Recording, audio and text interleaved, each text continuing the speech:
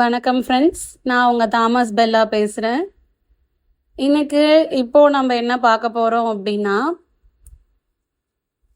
சமையல் பற்றி பார்க்க போகிறோம். ஓகேங்களா?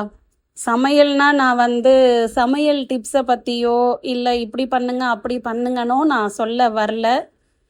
ஒரு ஒய்ஃபாக சமைக்கிறது மட்டுமே ஒரு ஒய்ஃபோட வேலை கிடையாது.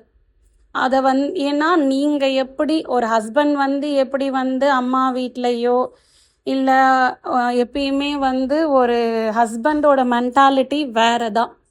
ஒரு ஒய்ஃபாக வரவங்க உங்களுக்காக அப்பா அம்மா வாழ்ந்த வீடு, அண்ணன் தம்பி இவங்க எல்லாரையும் விட்டுட்டு உங்களை மட்டுமே நம்பி உங்களை கல்யாணம் பண்ணிக்கிட்டு உங்களோட குடும்பத்தில் இருக்கிறவங்கள தான் குடும்பமாக ஏற்றுக்கிறாங்களோ ஏற்றுக்கலையோ, ஆனால் அதுபடி தான் அவங்க வாழுறாங்க. ஸோ அவங்க வீட்டில் 24 மணி நேரமும் எல்லாருக்கும் சமைச்சு கொடுத்துட்டு உங்களுக்கு சமைச்சு கொடுக்கறதா நீங்கள் நினைக்க வேண்டாம்.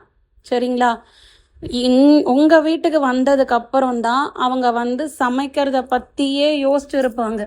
இப்படி செய்யலாமா, அப்படி செய்யலாமா, இப்படி செஞ்சால் நல்லா இருக்குமா அப்படிங்கிறத அவங்க யோசிச்சிருப்பாங்க. ஸோ அவங்க செஞ்சு கொடுக்கறத நீங்கள் ஆஹா ஓஹோன்னு பாராட்ட வேண்டாம். அப்படி நான் பாராட்டி தான் ஆகணும்னு நான் சொல்ல வரல. அப்படி நீங்கள் பாராட்டவே வேண்டாம்.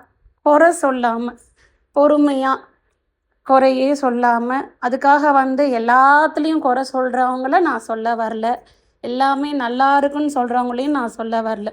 பொறுமையாக எடுத்து சொல்லுங்கள். இந்த மாதிரிம்மா அந்த மாதிரிம்மா பொறுமையாக சொன்னீங்கன்னா யாராக இருந்தாலும் கேட்டுப்பாங்க. சாப்பிடும் பொழுது அதுக்காக சகிச்சுக்கிட்டு சாப்பிட்ணுன்னு நான் சொல்ல வரல.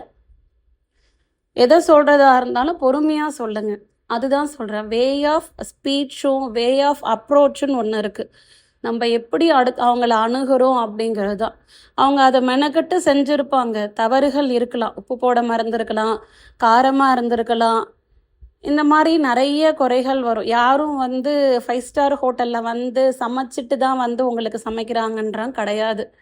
ஸோ அவங்க சமைக்கிறத குறை சொன்னாலும் பொறுமையாக சொல்லுங்கள். அதுதான் நான் சொல்ல வர்றது.